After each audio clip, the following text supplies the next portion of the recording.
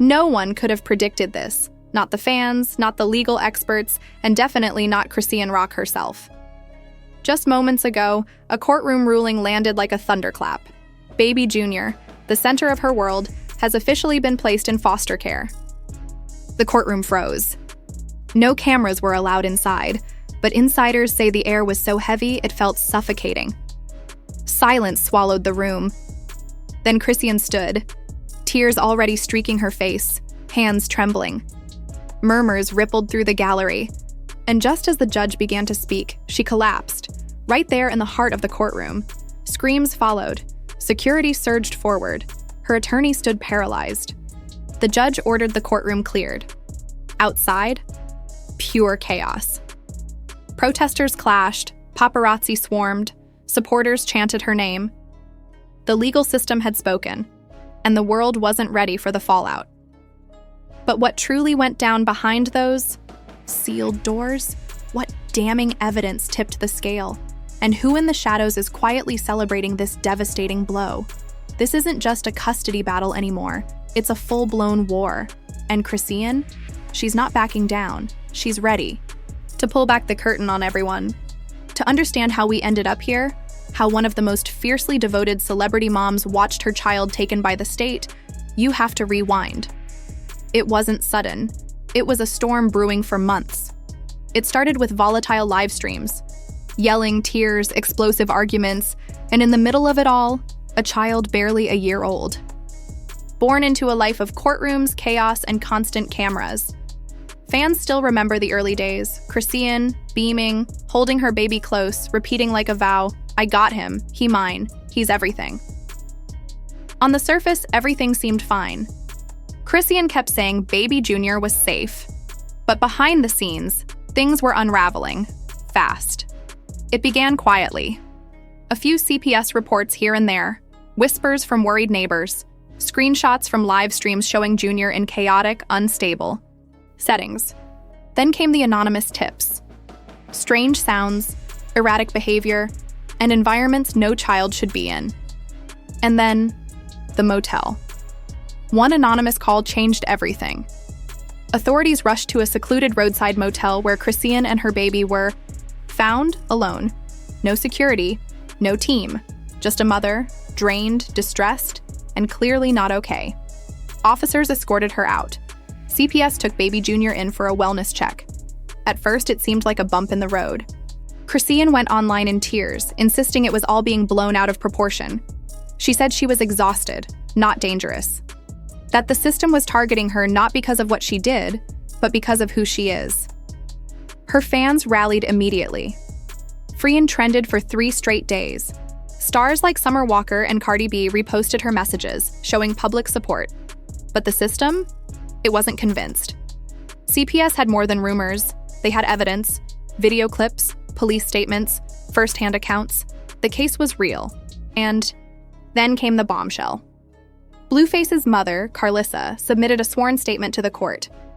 It was filled with screenshots, timelines, and one line that echoed across every newsfeed. "I don't hate my son's baby mama. But that baby isn't safe. Not until someone steps in." That single sentence flipped the entire case. Chrisean's legal team never saw it coming.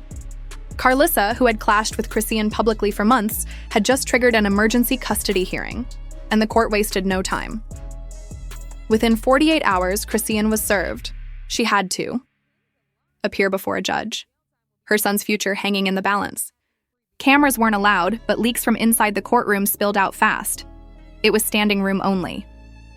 Chrisean walked in, clutching a framed photo of Baby Junior, already in tears. She pleaded for another chance, promised therapy, parenting, classes, whatever it would take. But the state came prepared.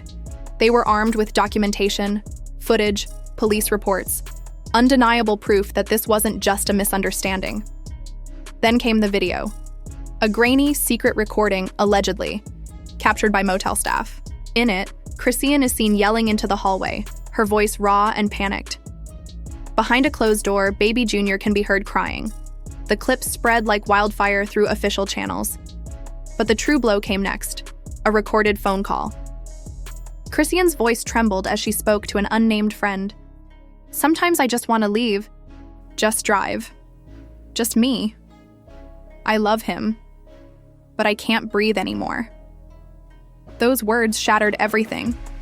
To the court, it was more than just a mother venting. It was interpreted as a warning sign, a plea for escape, emotional instability, maybe even a subconscious admission. The judge called it a cry for help, a red flag. Chrisean tried to explain. She said she was overwhelmed, like any mom can be. She said she was venting, not confessing. But it didn't matter. The court wasn't swayed. Then came the ruling, cold, final, and crushing. Emergency foster care. Not with family, not with Blueface's relatives, with strangers. Temporarily, the judge said, until a long-term solution could be found. Chrisean stood, her mouth opened, but no sound came out, and before anyone could reach her, she dropped to the floor. The sound of her body hitting the courtroom tile echoed louder than the judge's gavel. Security rushed in. Her lawyer didn't move. A bailiff hesitated, unsure whether to step in or stay back. She wasn't screaming, not yet. But when she came to, it all cracked open. Her cries weren't soft. They were seismic. Deep guttural howls. The kind that don't come from the throat, but from a heart being torn in half. You can't take him! You can't take my son! The judge called for order. No one moved. People watched, frozen. Some cried. A court clerk reportedly left the room, unable to stomach the grief. Then Chrisean's eyes locked onto a face. In the crowd, Carlissa, stone-faced, watching. Something inside Chrisean shifted. The sobs turned to rage. This is you did this. She lurched forward, fury in her bones. But security held her back. It didn't matter. The damage was already done. Outside, the world exploded. Protesters live-streamed from courthouse steps. The footage went viral within minutes. The country was split. Some called it justice. Others called it a tragedy. But no one could deny the impact. And if you think the story ends here, you haven't seen what's coming next. Within minutes, the courthouse steps were flooded. Protesters gathered, holding signs that read, "Let mothers heal. Justice for Junior." The wind carried their chants. But while sympathy surged in the streets, something darker was brewing behind the scenes. Because just as Chrisean collapsed in court, a mysterious email hit inboxes across the gossip world from an anonymous address labeled Truth Digger Watch. Org. The subject line? You missed what really happened at that motel. Attached, AE private unlisted video link. Grainy footage. Pulled from what appeared to be a hallway security camera at the same remote motel where Chrisean and baby Junior were found. But this wasn't the footage the court had seen. This was different. Time-stamped 2:36 a.m., the clip shows a shadowy figure dressed in all black, cap pulled low, approaching Chrisean's door. The figure knocks. She opens it just a crack. They barge in. What follows is muffled chaos. Raised voices, a scuffle, a phone hitting the ground. Then, silence. At 2:58 a.m., the same figure leaves, head down, moving quickly, vanishing into the shadows. That moment was never shown in court. The internet exploded. Fans, now full-on digital detectives, dove into the footage frame by frame. Twitter sleuths enhanced the video. One slowed-down screenshot revealed what looked like a tattoo on the intruder's forearm, eerily similar to one belonging to Blueface's younger cousin, who had recently posted a cryptic Instagram story mocking Chrisean with the caption, "Deadbeat drama always finds its way back." Suddenly, the narrative shifted. Yes, Chrisean was struggling. Yes, the live streams were chaotic. But now, was she being targeted? And then another leak. This time, audio. A voicemail pulled from Chrisean's cloud and timestamped just hours before CPS arrived. In it, her voice is low, shaking, barely above a whisper. "I think someone's watching. The room. I hear people outside the door. I can't sleep." She'd sent it to a friend. Within 15 minutes, CPS showed up at the motel. Now the timeline didn't make sense. Who called them? How did they arrive so quickly? Was this a sting or a setup? CPS has publicly denied knowing anything about the video or voicemail during the EU hearing. But the damage is done. The public is no longer satisfied. Now they're calling for something bigger, a retrial, an investigation, a full reopening of the case. Because this isn't just about custody anymore, it's about the truth. What once looked like the unraveling of a reckless mother now feels more like something far more disturbing. A mother pushed to the edge. By who? No one fully knows yet. But the silence around Chrisean isn't weakness. It's a storm gathering. Force. She's still off social media, still under court supervision, still barred from seeing her son. But then, out of nowhere, her team posted something. A black screen, white letters, simple, defiant. If y'all think I'm going down, like this, you're out of your minds. And that was just the beginning. If her courtroom collapse shocked the world, if the leaked hotel footage set it ablaze, then what happened next burned the whole narrative to the ground. As the hashtag #JakerDaughter set up Chrisean trended globally, and fan theories spiraled, a new video surfaced on TikTok, from the last place anyone expected. A woman claiming to be a former motel receptionist. No face, no voice, just a 19-second surveillance clip. In it, the same hooded figure from the leaked hallway footage, but this time they weren't just lurking. They were handing something to a man in a navy jacket, with a visible police patch on his arm. The object? Baby Junior's diaper bag. The cop nodded, took it, then, without a knock, without a warrant, without backup, walked straight into Chrisean's room. The internet detonated. That wasn't CPS. That was a raid. This was a setup. Suddenly, the entire story bent sideways. Who was that figure? Why was a police officer working off-book?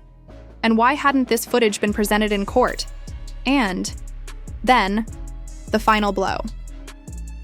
The same receptionist posted one last thing, a screen recording of an email she claimed to have sent 2 days before the hearing. The subject line?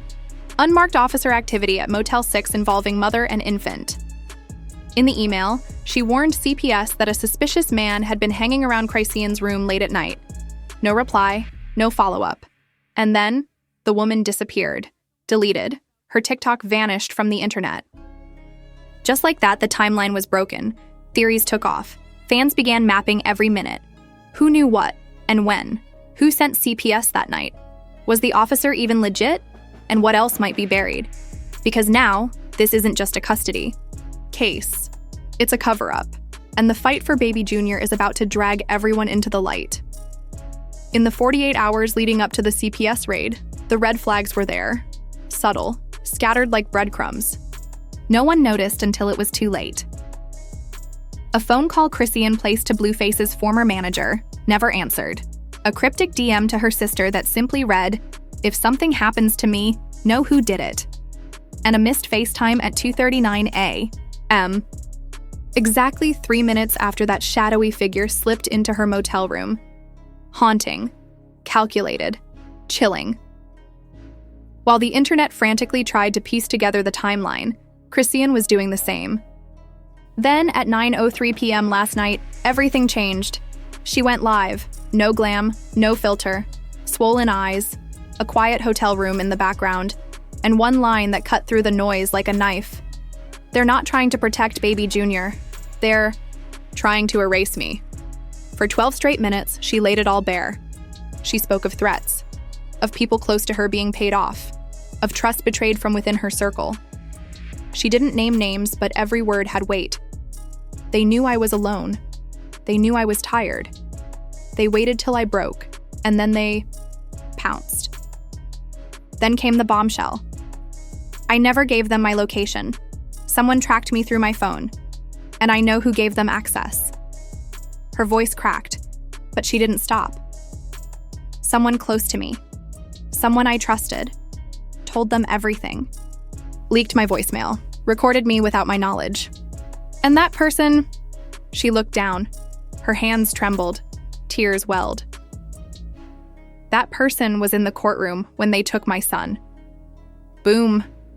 That single sentence sent shockwaves across every platform. Fan forums lit up. Everyone asking the same question.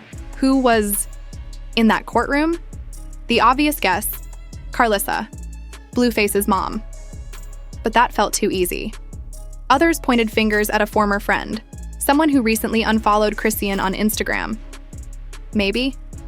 But the name that caught fire? Dion, Blueface's cousin.